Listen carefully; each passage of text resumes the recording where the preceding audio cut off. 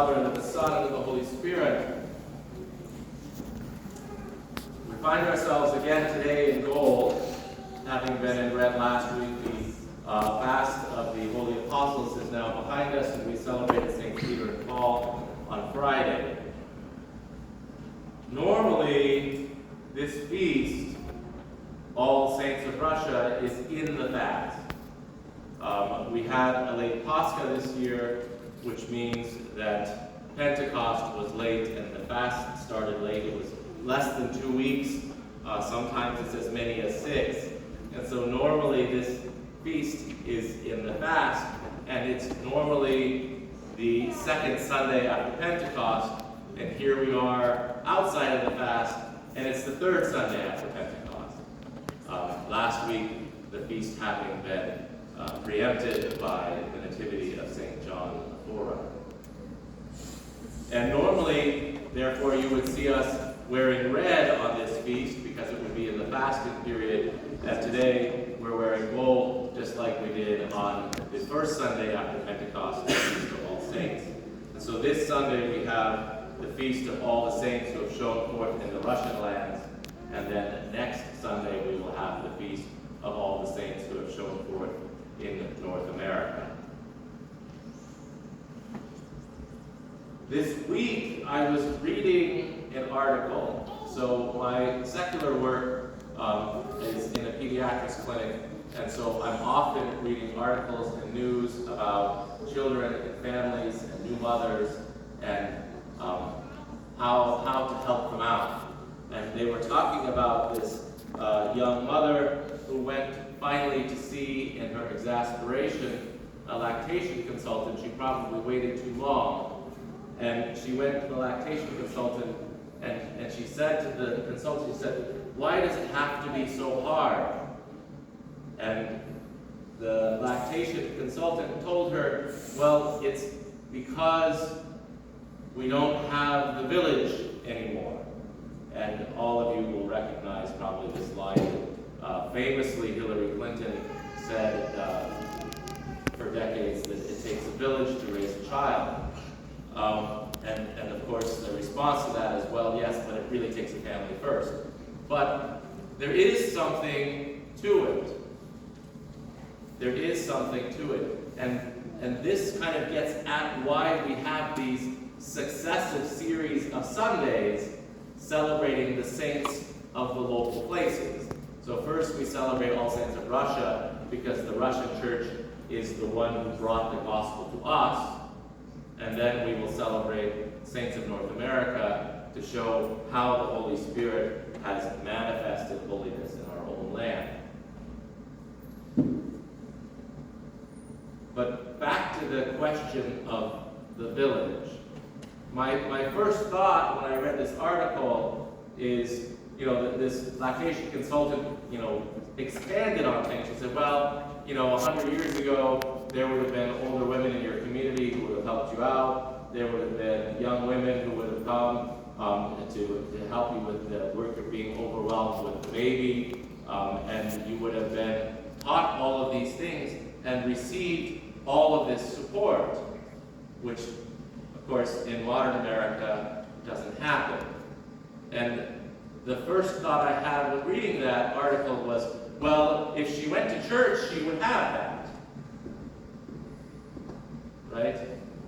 Which isn't true of all churches, but it's true of a lot of them, even a lot of non-Orthodox churches, that if you go to church, you have that.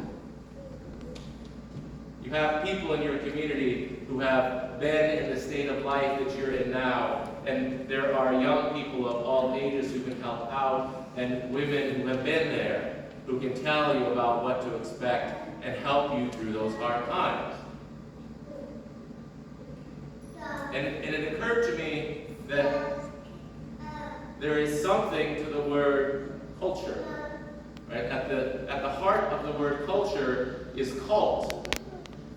And now this doesn't get to, weird cults that are bad for people. But really, it gets to the culture is determined by whatever the people think is the holy thing. And we can see this as we go through history. You know, if we look at pagan antiquity, or even Rus before its Christianization, or England before its Christianization, we can see that for pagans, the holy thing is power. Power is the holy thing, and they exalt power, and they worship power. And you can see that in their stories, and in their myths, and in their heroes, right? When you worship power, your favorite god is Hercules, right? And we see that in ancient Greece, maybe he wasn't the king god, right? But he was the favorite one. He was the one where people had a little altar to him in their house. Because power is what was important. And then what happens in those societies where power is the thing that's holy? Well, we have slavery. We have rampant prostitution. We have, especially in ancient Greece, homosexuality. We have a society that is witness to exploitation on a multitude of levels. You know, if you read ever the Iliad as a Christian, and you think about those gods and that war, what a horrifying thing it must be to really be a pagan. That you are living in hell now, just subject to the whims of another. But then we had a transformation with Christianity coming into the world. What is holy to the Christian? Well, Jesus Christ is what's holy to the Christian. But he's love. He is self-sacrifice. He is forgiveness. And he's life. What a difference that is. We don't hold holy power as Christians, but we hold holy meekness as Christians.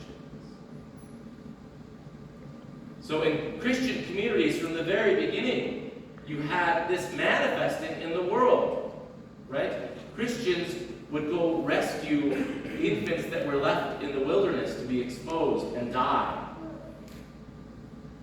Christians embraced and loved those who were despised and discarded by the ones who worshiped power. Christians helped one another.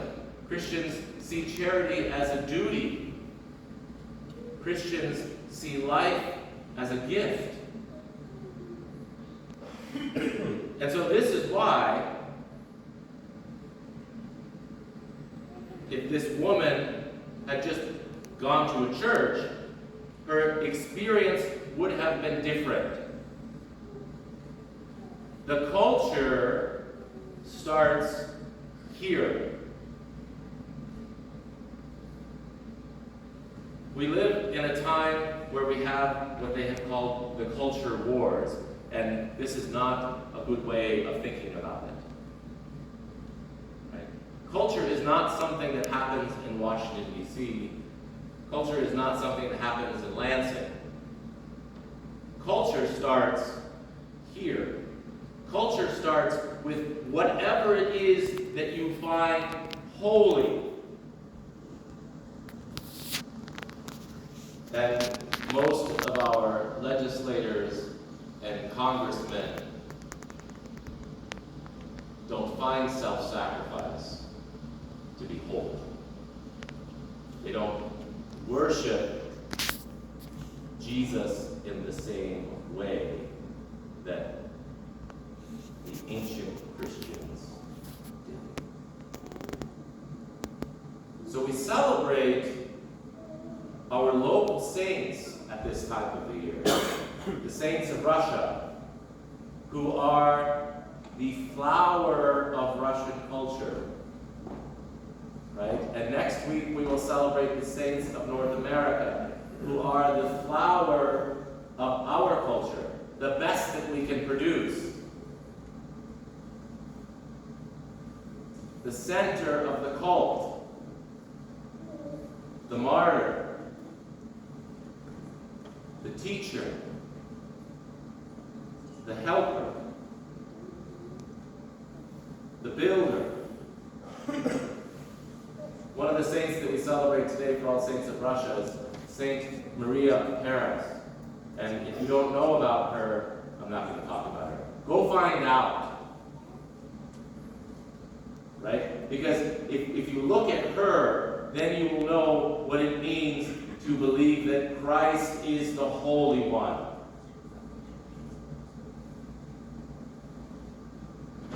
So, as we enter this week, thinking about all of our Russian saints, St. Herman of Alaska, he'll come up again next week, Russian, no. St. Tikhon, St. Benjamin of Petrograd, Boris and Gleb, who willingly got murdered so that the kingdom would have more peace. As we think about these Russian saints this week and pray for them, let's think about the culture that we have here at St. Sergius and Herman, two other wonderful Russian saints. And what this can mean for our neighbor, and how we can build this culture more and make it even more alive by loving Christ better and helping our neighbors to love Christ as well. In the name of the Father, and the Son,